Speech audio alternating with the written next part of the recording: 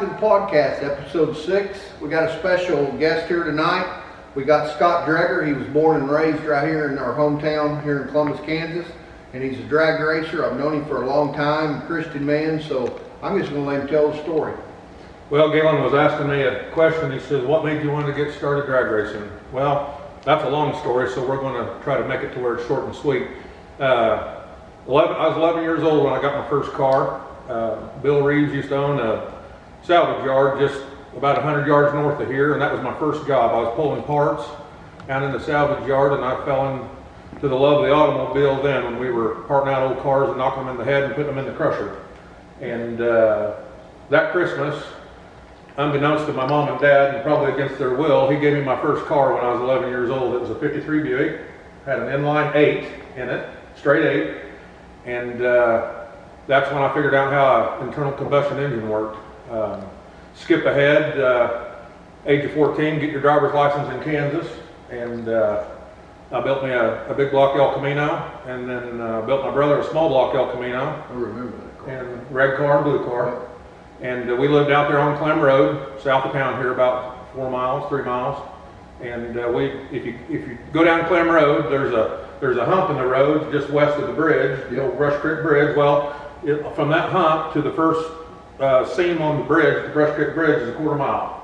So Ben and I would race from the bump in the road to the bridge. You ain't the only one. And we probably thought we were really doing something. The cars probably were making 250 horse, and they're probably lucky to run an 18 flat. But we had fun because they'd spin the tires. And then I got my job working at Doug Gatewood's there my freshman year in high school. And of course, Doug was a drag racer. You can see his pictures in here at Happy Jack's on the wall with the funny car and the Roadster.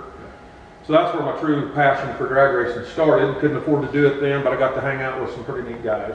And so Mocan was, of course, still going at the time, and still is. It's the most continuously operated track since 1962 in the Midwest. So it's got a real piece of history just right up the road here. And then went to the Air Force in '91, got through Desert Storm, and I've done upholstery my whole life, still do to this day.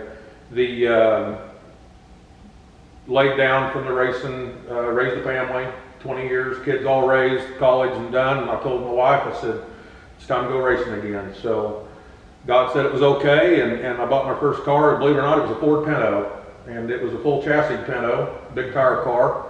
Went 1163 for a season, and that just wasn't fast enough. You know how it is, either the pulling tractor, I've done some pulling tractor stuff, but either the tractor don't make enough power, you need bigger tires, or the 1834s don't cut it, you know, and so you're always upgrading. So I went to, you can see one of the pictures over there is a little silver 91 S10 square body, a little 406 on alcohol, and it run 10, it's kind of a funny story, I gave $10,000 for that truck, and it would run 10-10 in the quarter. So it's hard to go for drag racing, for all you math majors out there in drag racing, it's hard to go 10 seconds in the quarter for 10 grand, and that truck would do it. So it was a lot of fun, and then the Falcon came along. A lot of people have seen, that's a pretty famous little car there. I found it on eBay one night 8 years ago.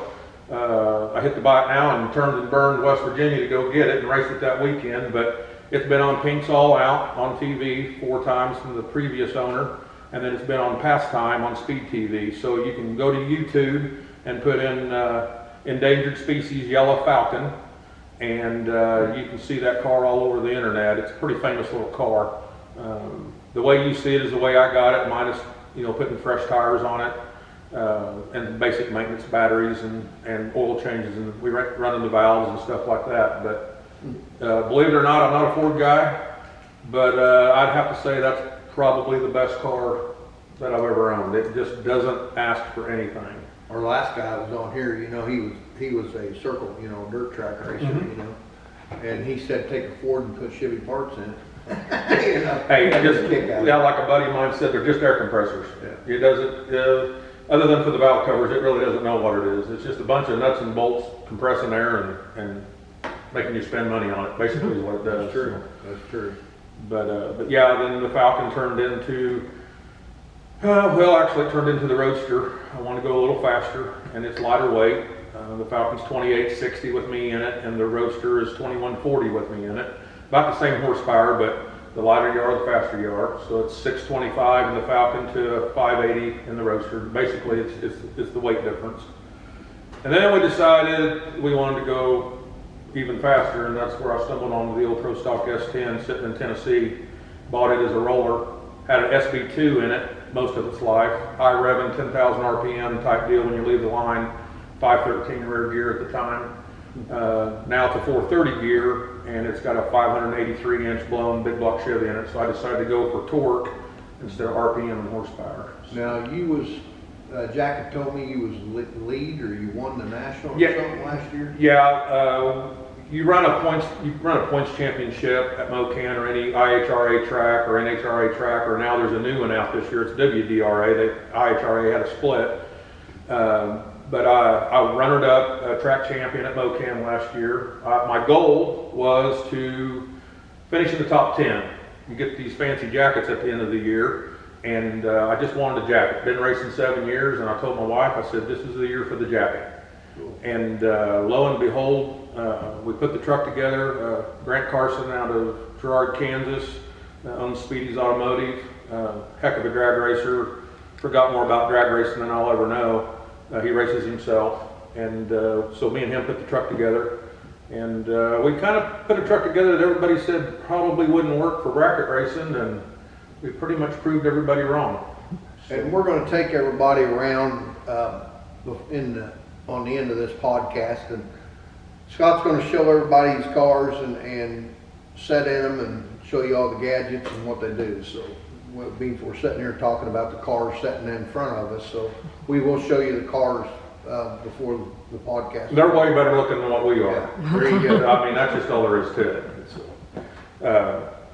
Tell us about what we was talking about before about the pastor. Yeah, I've been fortunate enough for a lot of you people that will watch Motivational Minutes on KOAM TV every morning with Dr. Philip McClendon.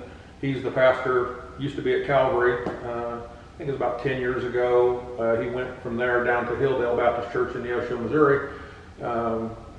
Philip baptized our whole family 13 years ago, and he's just a common sense Christian kind of guy. You know what?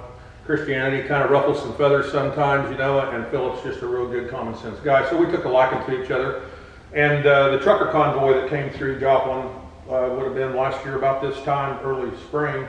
The truck didn't have a motor in it yet. It was just solid red, and you can call it having a calling, you can call it passion for God, country, and family. You can call it what you want. I decided to do a pro-military, pro-country, you know, pro-family theme on the truck. So we named it Screaming Freedom, because that's pretty much how I feel right now with the way the country is we need to be screaming for our freedom. And before next thing you know, you lose. You don't know what you got till it's gone. Right. That old saying. Right.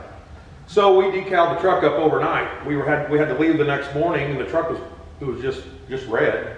And I called my daughter. She has a decal business over in Joplin, Missouri, and we happened to have all the colors in stock that we wanted. So I sketched it all out on a notepad right quick, and we put the vinyl cutter to work. And we stayed up all night, decaled it. No engine. Don't need an engine to be on a trailer. Put it on an open trailer instead of an enclosed trailer. We put it behind my coach, and we went with the truckers, and wow, you talk about inspiration. Oh yeah. I mean, we watched it come through. Don't think for a minute, Galen, that this country's done. And I get pretty emotional on it, but there's people that love this country.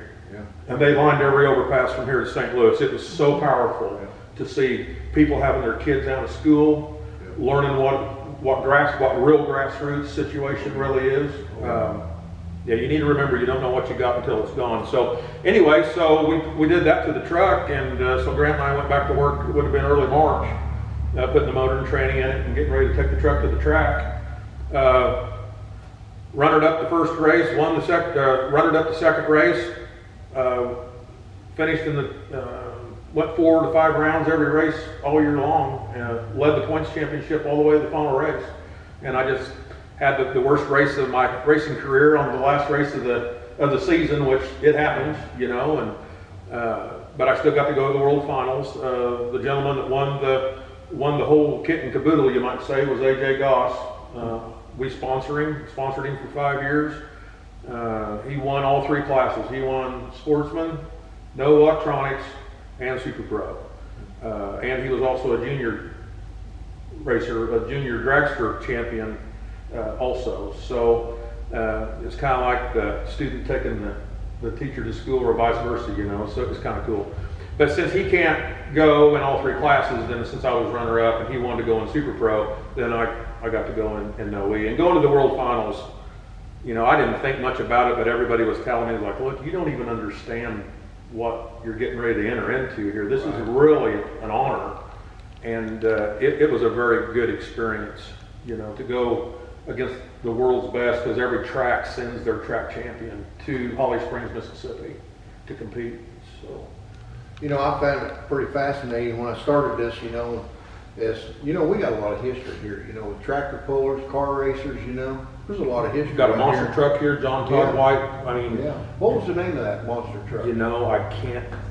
I mean, Jack- you see them on TV Bad all the time. decision. Bad decision. Bad decision. Bad- Monster truck driver. There's been a lot of people, you know, I mean, from Columbus, Kansas, you know. Yeah, I mean, you got all the Westervelts. You got, I mean, you know, all the. You know, I've been away from Columbus now for 30 years, but I know there's such a pedigree of machinists and tractor pulling and antique tractor pulling, and I've got to do a lot with that with Bernie with the sled and stuff over the years. And You know, there's a lot of, you know, of course, I pulled horses for years and then I rodeoed, you know. yeah, You know, there's a lot of talent here in Columbus, Kansas. Yeah, You know? I I mean, we got I mean, of course, he moved away from Columbus, but we got a professional cowboy that's from Columbus, Kansas. Yeah. You know, went to the national finals, you know. sure.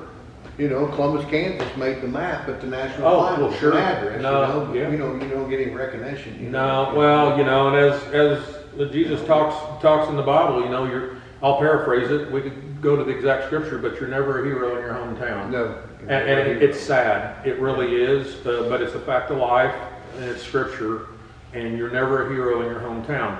Because people take stuff for granted. Oh, yeah. You know, you don't know what you got until it's Very gone true. type deal. So it's good to be able to come home and to tell your story.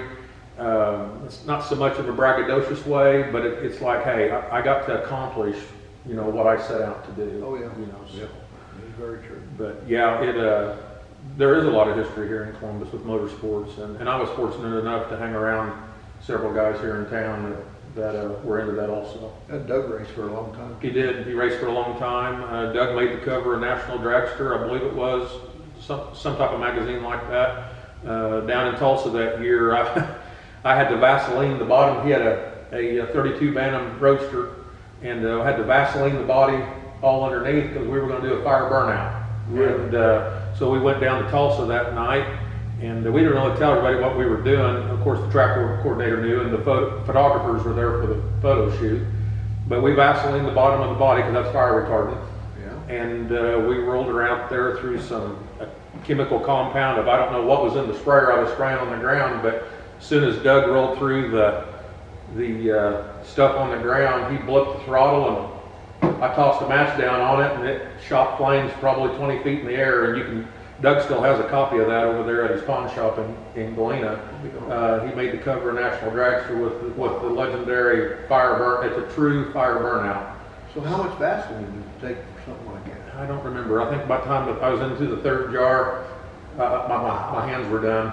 I've never heard that. But yeah, you basically just coat the bottom of the fiberglass with Vaseline because it's sticky, but it is fire retardant, and it kept the body from catching on fire when we drove it through the gasoline and diesel fuel compound, you know, whatever it was. But it's kind of a neat deal. But yeah, you know, I've been really blessed. I mean, honestly, through all the ups and downs of life that life throws at you, no matter what it is, through great adversity comes great prosperity. Just don't quit. I got a couple of questions. Did we answer these questions? I got a couple of questions that was sent in on my Facebook page, and it's from Kim from Coffeyville. Of course, he was on here last week, and he wanted to know, how do you determine how many RPMs stall to run? Well, if you're going to get technical about it, it depends on where your torque band is in your engine, and every engine is different as far as your cam profile and your head flow and all that. Basically, when you're stalling and you're power stalling and you're what they call staging the car, most cars are hard to hold past 2,500 to 2,700 RPM. And I know you can put a loose converter in at 6,000, but that doesn't mean you're going to be able stall that car with your foot brake at 6,000. So the more stall you have, the more power you're going to make, the quicker you're going to hit the tree. So like the Roadster, the Falcon, and the S10, I stall them all three completely different because they're all three completely different cars. I like the Bonnie car or the Clyde car. Bonnie and Clyde Of course, car? we'll show you that here in a minute. Yeah. Teresa sent in, I think we were pretty well answered this. What got you into drag racing? You pretty well told us that. How fast is your fastest pass? My fastest pass was in my dragster at 181 and a quarter. I had a 240-inch Mondin dragster with a 565 Chevrolet, just naturally aspirated carburetor on alcohol, and I've been 181 with it. I was going to ask you that, man. That's fast. It's fun. That's fast. The dragster's kind of cheating because they're so smooth and they're so long, and you don't really feel like. And I'll have to just be honest with you here. I've probably got in trouble for doing it at the track now that I've talked to everybody, but that was the first pass I'd ever made in my dragster, and it felt so good at the 8th mile at 140. I never lifted, and we just drove it on out the back door, and I didn't tell anybody we were going to the quarter, and I looped it back around. I went up to the tower to get my ticket, and Carl looks at me, he goes, "Don't you ever do that again without pulling the chute." But it was so smooth, and Mocan's got a great track up there. They've ground it and taken good care of the track, so I felt safe doing it. Didn't feel out of control at all. The little red S10 goes 161 in the quarter. It's 20 mile an hour slower than the dragster, but that's a door car versus a dragster. That's pretty salty for an S10. So wow. I got a question before we're going to break here. We doing all right there? Anyway, when you're going down through that track, because I've been there a long time ago. Mm-hmm. When you're going down through that track, when does the parachute come out? The parachutes are all manually operated on these, and we only run 8th mile. So legally, you don't have to pull the chute prior to 150 mile an hour. Anything over 150 mile an hour, that's where the rule book kicks in. You're supposed to pull the chute, but not everybody does. So it's still kind of up to track owner discretion, race discretion. So sometimes you don't need it then? Yeah, I've never pulled the chute on the S10. Okay. Like I said, the S10 goes 133 in the 8th, and that's what we rate as 8th mile with competitive racing. And everybody goes, well, you know, it's just not drag racing anymore if we're not running quarter mile. Well, that's an old misnomer, because cars have gotten, as technology has improved, so much faster. Oh yeah. I mean, we run in the 8th what people dreamed about running in the quarter 30 years ago. It's just technology. And to keep it safe, keeps insurance rates down, gets more cars down the track, doesn't cost you as much. It's not as hard on parts. You're not stretching rods. Because really, unless, like the little Falcon there, when I'm running it through the quarter, it quits pulling basically at the 1,000, 1,100 foot. And by the time you're rolling through the quarter mile on it, it'll run 139. It runs, 139 in the quarter. It just, the last 150, 200 feet, it's just done pulling. You're basically just freewheeling through there. So all you're doing is wearing out engine parts. So there's really no point in it. So that's the reason you see a lot of tracks anymore going to the 8th mile. It just saves money, is the bottom line. But like I said, cars have gotten so fast anymore that it's just about as much fun going in the 8th. So. Well, we're going to take a break, I guess, and go pause for a commercial break, and we're going to come back, and Scott's going to show you his fire suit and all the goodies. We're just going to go to all three of his cars, and he'll explain what the controls are in them, and we'll do that. And for our tractor puller viewers out there, if you ain't ever been inside a drag car, you are today. Just watch this video.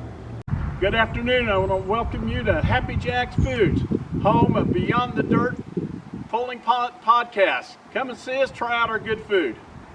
Hey, welcome back to the podcast. Thanks again for Happy Jack's here in Columbus, Kansas. Come down and enjoy his food, great food. Check out all the good museum stuff inside. So again, on April the 15th, we're having a car show and a tractor show, and I'll have more details of that. Follow me on Tractor Pulling with GZ on Facebook for more information on that. So we're back. Scott's going to show us all about his cars here, and If you ain't never been around a race car, you are on this one.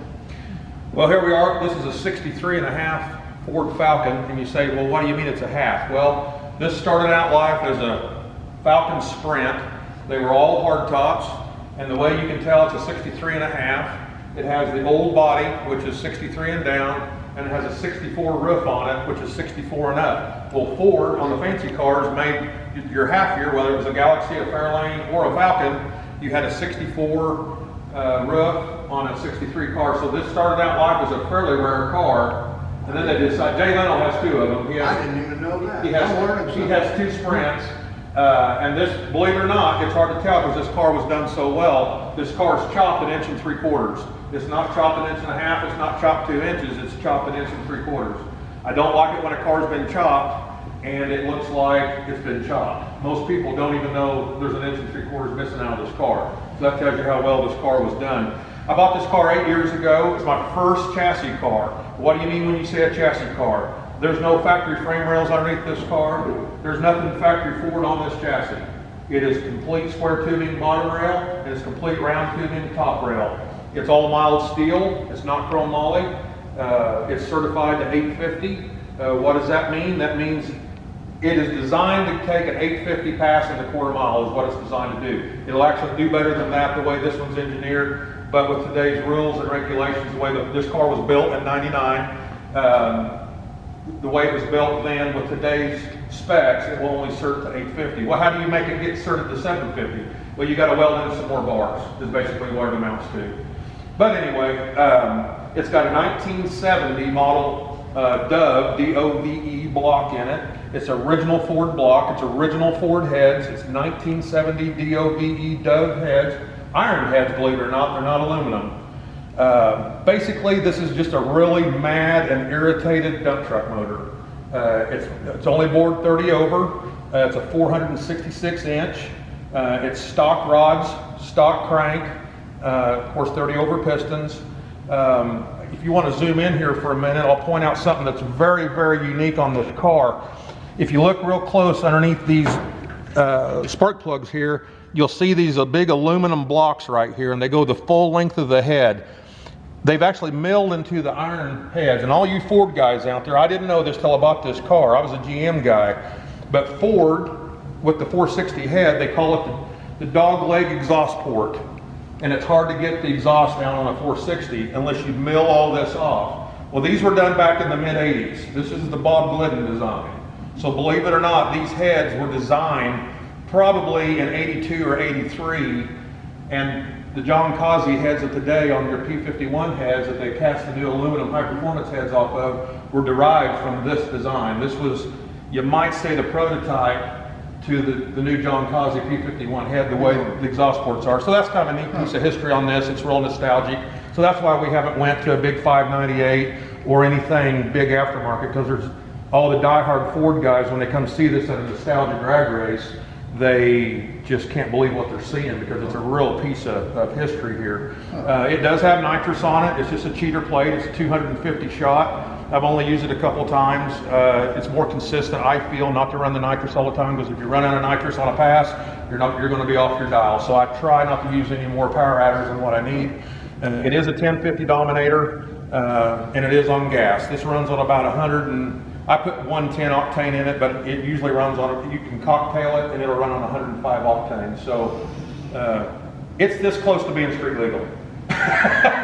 Let's go inside and show us your controls. Yep. For those people that don't know, has never been inside a drag car. Well, the best way to see one of these or to experience what it is to get down here to Happy Jack's, and Jack will show you all about a race car. Basically, all your race cars have a quick detached steering wheel. Well, why do you want the steering wheel to come off for? Well, it makes it easier for fat people to get in your race car. That's just how it is. We got them on some of the mini rods and stuff on tractor. You know exactly how nice and handy that is. Yep. If you notice, this little Falcon still has the original steel dash in it. They did a nice job putting the steel dash back in it. That's the original dash for the Falcon. It comes out on Zeus buttons. You've got a Chrysler master cylinder in the floor for your braking, which is a very, very common master cylinder for drag race cars. You got your electric shifter, so you got both hands on the wheel. When it hits I got this one shifting at 6,800 RPM. So as soon as it hits the rev limiter over there at 6,800 on the shift point, it shifts it into second gear. Second gear, what do you mean there's only 2 speeds? Yeah, she's a Ford with a Paraglide in it. Yeah, you run Paraglide transmission and everything. That's just how it is. So we got a Ford motor, we got a Paraglide transmission GM, and we got a big old Dana 60 rear end under it. So it's over-engineered, you might say. But the easiest way to get into this one, get your butt in first, and you're ready to go. No boy over there, we was at a tractor pull in Lebanon, Missouri, no boy strapped his steering wheel on. He didn't lock the pin. And he took off down through there. Gary Long, if you're watching, I'm picking on you, but it came off, so it was kind of interesting. Yeah, you don't want to do that. I always want to put it on, shove it all the way forward, and you hear it click, you know you're good to go. So, but got my air conditioner down there, that little 6-inch fan, just like in them school bus days. Does it get pretty hot in there? It's extremely hot. You got a full face helmet on, you got a full fire suit on, you got gloves on, and at Mocan in August, it's 150 degrees inside this car. And we're going to talk about that fire suit before we close today too. So. Yeah, this is a neat deal. If you want to come around to the other side with the camera, I'll show you what a fire extinguisher. And it's plumbed in to where you've got one nozzle right here underneath the steering column that's blowing directly on me. And we've got 2 nozzles out underneath the hood that'll kill anything underneath the hood. Well, is that going to save your life? Well, what it does is buys you time. You know, 5 seconds is 5 seconds if you're on fire.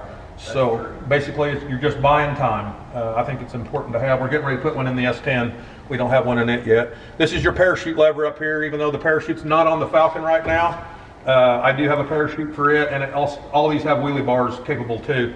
Basically, you just throw this forward and it pops the chute. Here's your fire extinguisher pull. It says fire on it. You just pull one lever right here. If you're in trouble, burst of flames, you reach up here, pull that T-handle. It sets it all off, and you're figuring out how to get out real quick. All right, Scott's going to introduce you to Bonnie now. Well, here we got a 27 all fiberglass body called a street Roadster. It's not an altered. A lot of people get these confused with an altered.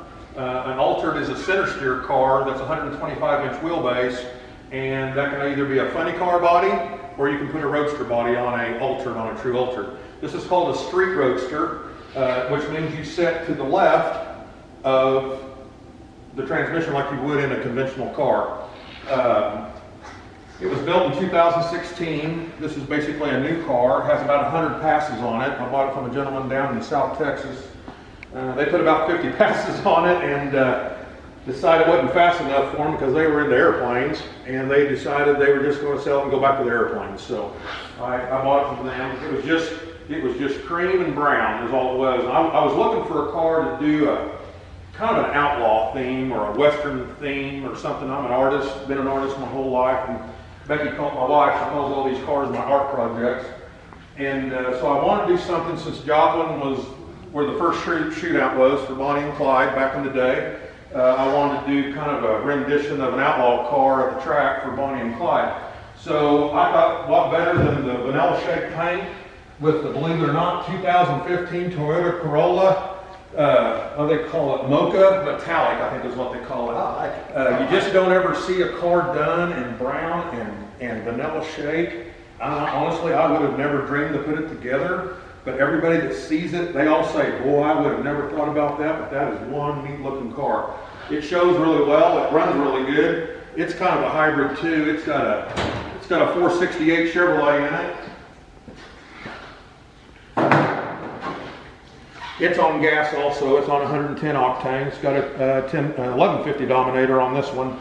It's got a belt drive on the front instead of a chain driven timing chain, so it kills a little bit of harmonics. It's just a little, as you can see, we always upgrade. So this car is a little bit of an upgrade over the Falcon. It runs 580s, 578 versus the 620s of the Falcon. It weighs about 700 pounds less than the Falcon. And it's all about weight. It's all a Molly chassis. This is a 750 cert car. It's all Molly. And that's as quick as you can certify a street roadster at 750. You can't go 6.0 with a street roadster. Only a true altered center steer can go 6.0. Come around back to the back here. Paraglide transmission, 9-inch Ford rear end, parachute of course. This was a letter that I found on the internet when I was putting the car together. I like history and I thought it was real interesting. This was a letter that Clyde Barrow wrote to Henry Ford. And you can see right here, the Tulsa, Oklahoma office, April 13th, 1934 is when Henry Ford received it. And basically he's saying the reason he steals a Ford is because they're just so fast. So even back then in those days, and this is where we've lost it as the human race and with the government and everything, even gangsters had respect for law, or they had respect for their fellow man. And today we've lost a lot of respect for our neighbors and our fellow man. So I think that's a really unfortunate situation. You have the fuel goes in the back here. So you've got your dual batteries, got a little 5-gallon cell, electric pump. It's pretty easy to get to. This car is actually a lot of fun because it's real easy to work on. It's real short. It's 13 feet overall. You can park it anywhere. You can see out of it real well. It's a very competitive car. Just a very good car. And like I said, it runs. It says here 576. I'll show you here. This has an electric dial board on it. And that one would have been my last pass. I dialed it in on a 576 at the last race at Hokan. And you can change that instantly, like all of a sudden I want to dial it down, or if I want to dial it up. You know, it's just kind of a nicer deal to where, like the Falcon, it has a manual deal, and I have a manual one on the S10. The digital one quit on the S10 mid-season, so I had to go back old school, you might say. But that tells you that's when you're bracket racing, you have to educate a guest, figure out what you're going to run so you know what you're going to dial, and this car pretty much will just run whatever I think it's going to run. Power glide transmission, of course, air shifter in this one, it's all air. There's, get the Tommy gun out of here, I'll let you hold that, Dale. All right. There you go, that's more your speed right there. And by the way, that's a fake Tommy gun, I got that on eBay, it's a Hollywood prop gun. This one's a little harder to get in. Just kind of grab the overhead hoop, set yourself in it. This is on an open car. These are called arm restraints. When you got your fire suit on, of course, you got to have arm restraints. And when you got your seat belts all on, then these clip to your seat belts. What are you doing all this for? NHRA, IHRA safety rules on open cockpit car. If you wreck the car, and let's say your hands come flying off the wheel, it is designed to keep your arms inside the cage. So if the car's flipping down the track, your arm's not out here and getting tore off. So all open cars, you got to wear the arm restraints. So it's a little more of a hassle, but it's all about safety, and I don't have a problem with that because my hands are worth too much money. And that ain't no, these tubing that you buy, that just ain't no regular tubing. No, this is all chrome moly. Yeah. It's all fully certified, all TIG welded. You see all the welds. Yeah. There's no grind marks on any of these welds. There's no Bondo hiding anything. This car is a very well built. It's got all the safety gussets in it that were required for street roadsters starting, I believe, in 18. They started needing the gussets for extra security. I sure hope the cops don't drive by and see me holding this. Well, once they see it's you, Galen, they won't think nothing They'll be about it. surrounding this building. They won't think nothing about it. That's about it. All right, now we're going to check out the one he went to the World Finals with, so check it out. Holly Springs, Mississippi. Experience of a lifetime. If there was ever a check mark on the bucket list, this was one of them that God literally gave me the opportunity and the ability to go compete with some of the best racers in the world, and I'm extremely thankful for that. Never thought a kid from Brush Creek could get to go to the World Finals. I just didn't, and I got to do it. So anyway, we did it in basically a 2002 X Pro stock S10. You got the funny car cage in it. I bought this truck out of Tennessee 3 years ago. as a roller, and if anybody wants to know what a roller is, it's when there's no motor and tranny. Usually there's a third member, sometimes there's not, but usually it's just no motor and tranny. And that sounds weird. Why would you give $30,000 for a vehicle with no motor and tranny in it? Well, you know, that's just how you buy race cars. It's different than buying normal cars. We get $4,000 or $5,000 for a roller. Yeah, pulling tractors are the same way. I've been down the pulling tractor thing, and anyway, I decided I wanted to go to a different level, and that's why we went with this truck. The secret to this truck is the wheelbase. Well, what do you mean that's what the secret is to the wheelbase? Well, it's 125 inches from center hub to center hub. Well, a dragster is 240 inches. Well, a dragster, when they're that long, they're kind of bumblesome and they're hard to get around. I've owned a couple of them. Well, Bonnie, she's 108 and the Falcon's 108. Well, you go much faster than those and they start getting a little squirrely. And last thing you want to do is crash. So you go with 125 inch, I figured out was a sweet spot that I like. It's my personal opinion. And it does really, really well. It's got a 9-inch Ford in it, a 430 gear with a really, really tall 33-inch tire. 17 inches wide on the tire on the footprint. 40 spline rear axles. 35 spline on the Falcon, 35 spline on the Roadster, and 40 spline on the S10. So this one's built pretty much as hard as you can build it without just getting into having $200,000 or $300,000 in a race car. Quickest this truck's been has been 532 at 133 mile an hour in the eighth, not the quarter. It's been 161 in the quarter. We've got a rear Morrison 583 with a little blower shop 250. And I'm going to probably reveal some secrets here, but that's okay because we're doing a completely different racing program this year. What we've done, all you old school hot rodders out there back in the day, you always took a low compression engine, dish piston engine, and you put a blower on it and you turn the boost up. Well, I took a high compression engine, it's 14.5 to 1, and I turned the boost down. Well, why in the world would you do that?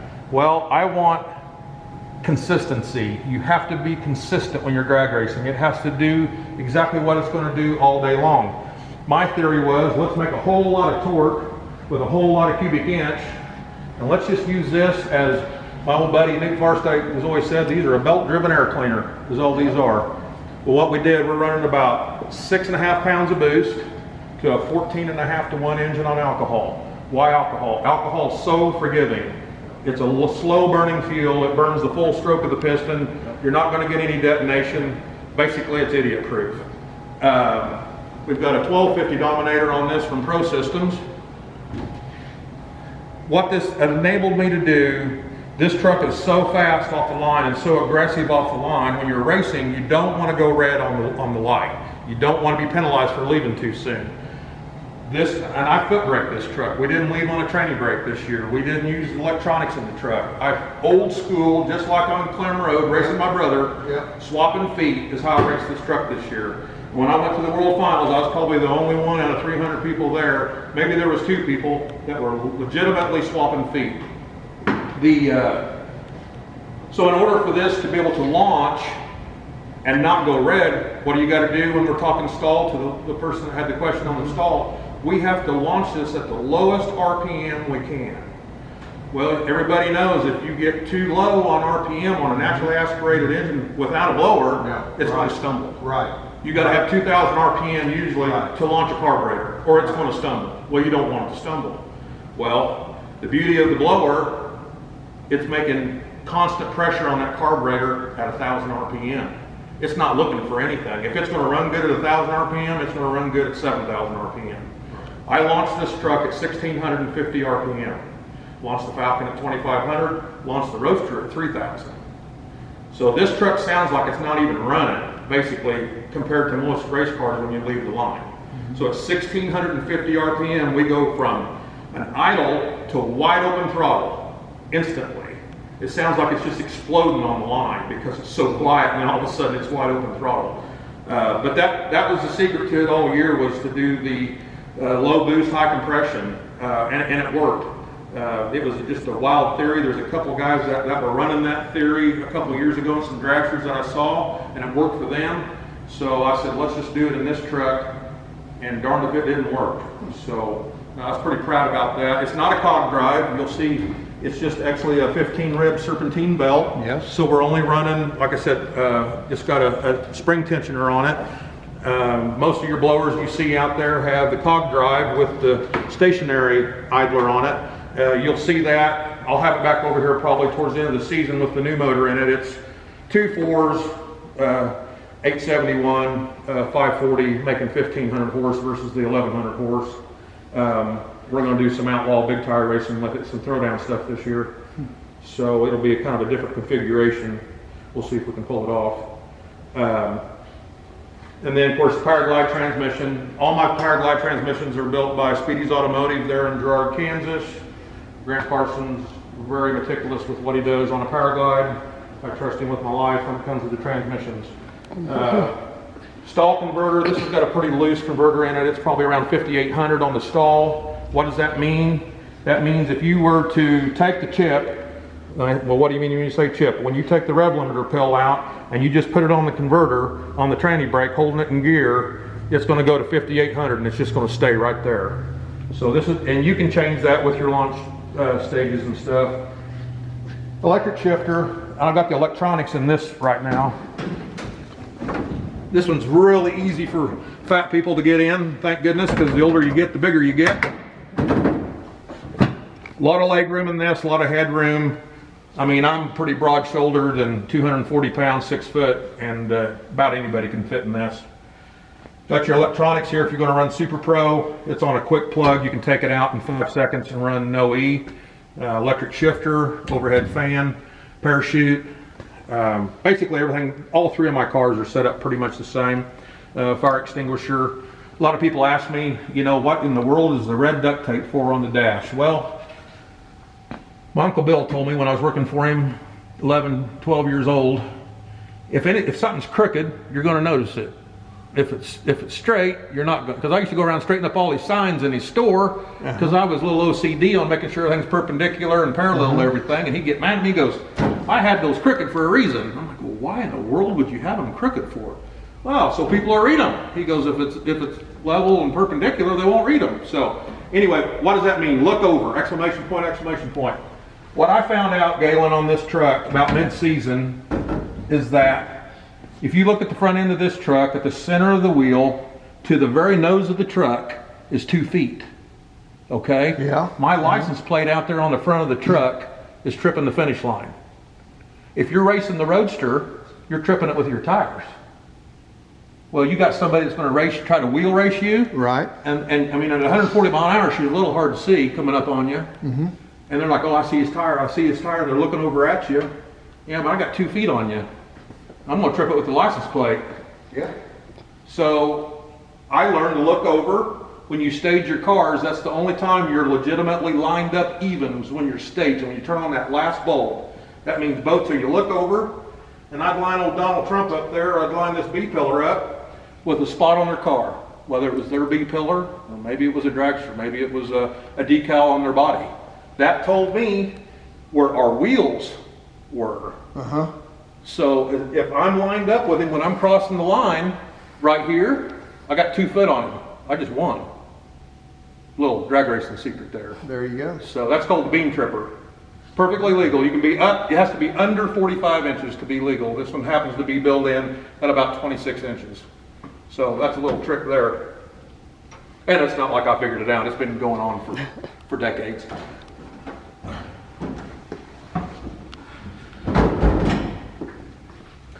Well, let's see here. Freedom ain't free.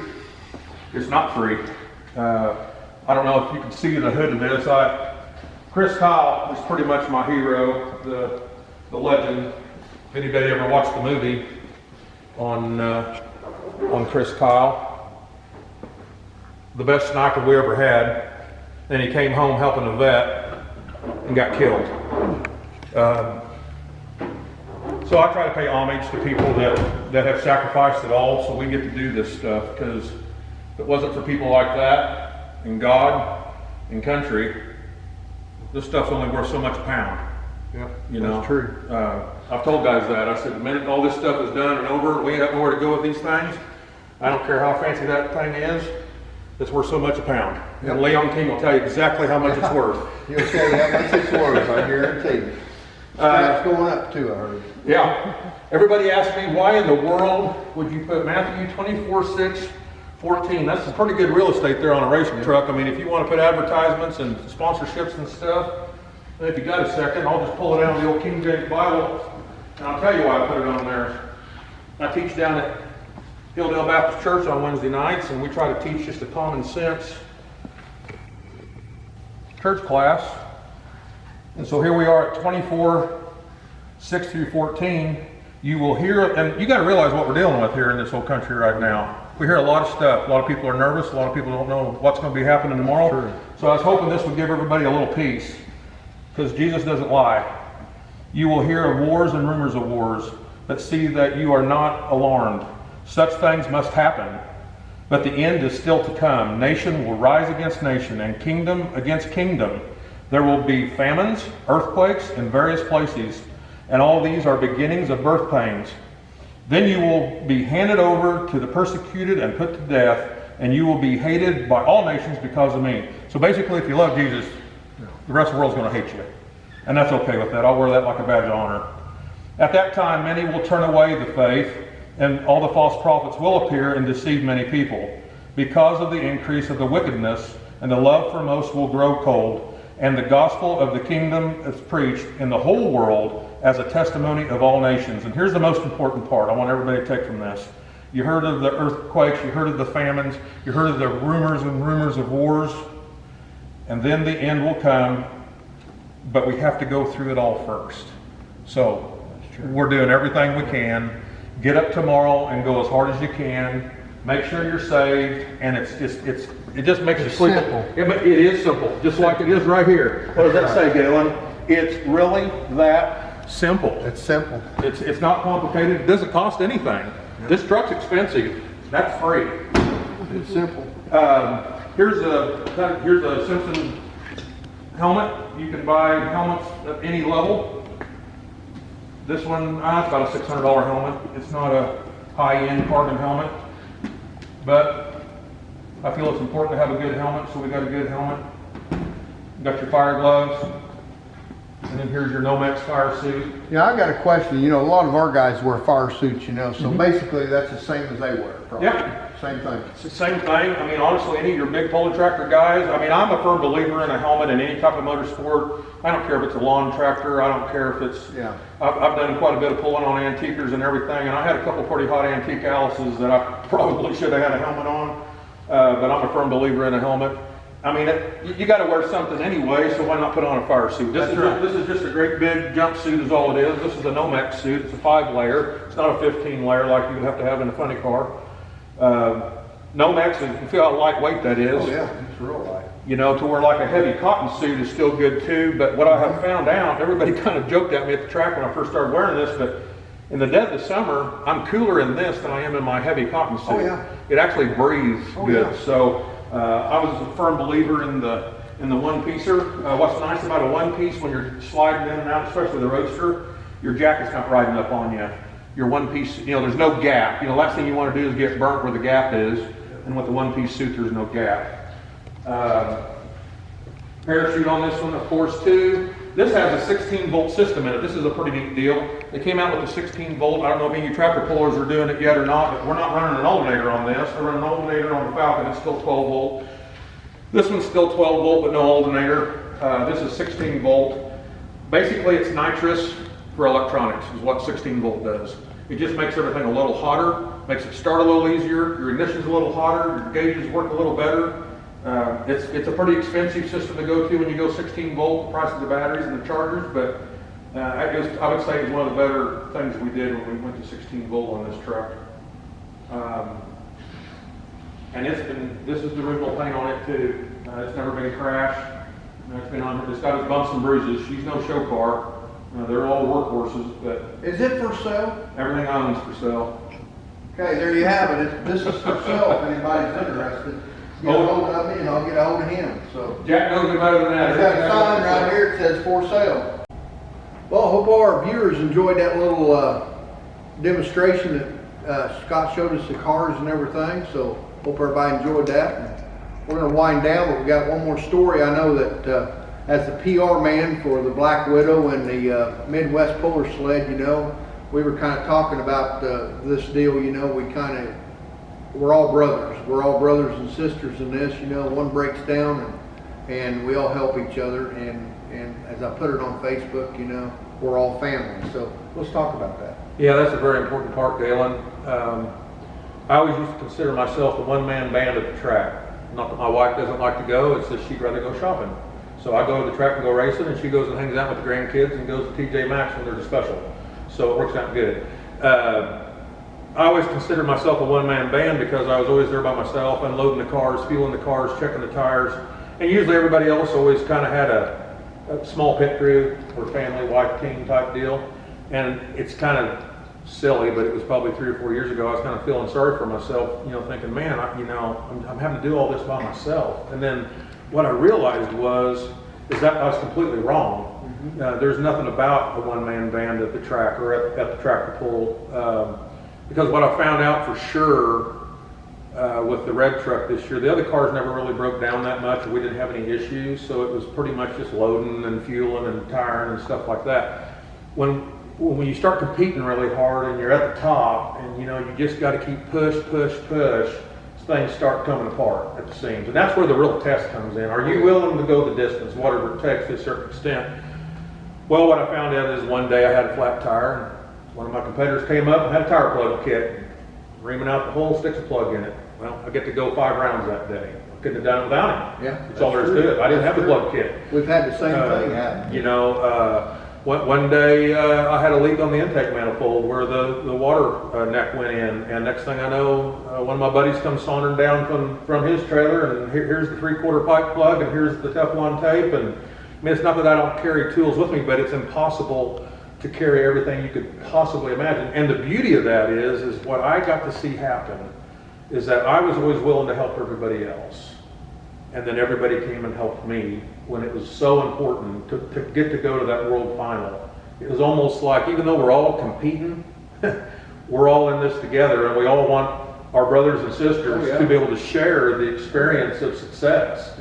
Someone asked me the other day at church, it was on a Wednesday night, and they're like, Hilldale Baptist Church was behind me 100%. I thank them a lot. It wasn't the money, they didn't sponsor me, there wasn't any money, change hands, nothing like that. It was just a sincere excitement to think that somebody from their congregation was getting to do something big, and I'm like, well, yeah, okay. I'm proud to wear this title. Let's represent the church the best we can in God. And I said, wow. I said, here we are chasing a dream, and how better can it be to share it with everybody? So we got to go all the way. I went 3 rounds one day, went out the 3rd round, and then on the big day, I went out first round, I went red, I jumped the gun. Your nerves are, you say, well, take a deep breath and be calm. Well, okay, it's easier said than done, because the guy you're racing is the best at his track. You're at the Super Bowl of the drag racing series is what you're doing for IHRA. And then I'll close with this. One person at the church that night asked me, well, what's it like to lose? You're out there, you spent a considerable amount of money to do all this, and you're competing in the adrenaline, and you're there to win. I said, it used to upset me the first couple of years of racing. I mean, I never throw a helmet or nothing like that, even though guys do. But it came across to me one day, it's okay to lose because you don't know, maybe the other guy just needs a win. Now let's think about that for a minute. You don't know what God has in store for you. You don't know what's going on in that man's life or woman's life. There's a lot of women that drag race and they're really good. You don't know if their dog died. You don't know if their wife left them. You don't know if they just lost their house and this is the last race they're ever going to get to do. Yep, that's true. So you know what? It's okay to lose sometimes because you don't know how bad the other guy needs a win. That's right. That is right. And I got, my cars have never been crashed. I've got to load them all underneath their own power. Only had to winch the S10 in once when we lost number 6 bearing in it 2 seasons ago. That's a success. Yeah. 100%. Yeah. Well, you got anything else? Man, I'm good. This is a great time. You got a I'm good, glad to have you, man. you got a good Glad deal to have going here. What do you guys think, all you pulling tractor guys out there, if I was to build a 4-wheel drive pulling truck? You guys got something that could hold it? Oh, yeah. Well, we got an antique sled, probably not. No, oh, okay, I didn't know if Bernie built Well, some new. Kenny Myers runs his every once in a while. Oh, does Kenny we can still have his? stop you. Yeah. We can stop you. Yeah. But we gotta bring some modifications to stop. No, I understand. You No, know. I'm considering building a 4-wheel drive. I've always wanted to do a 4-wheel drive puller.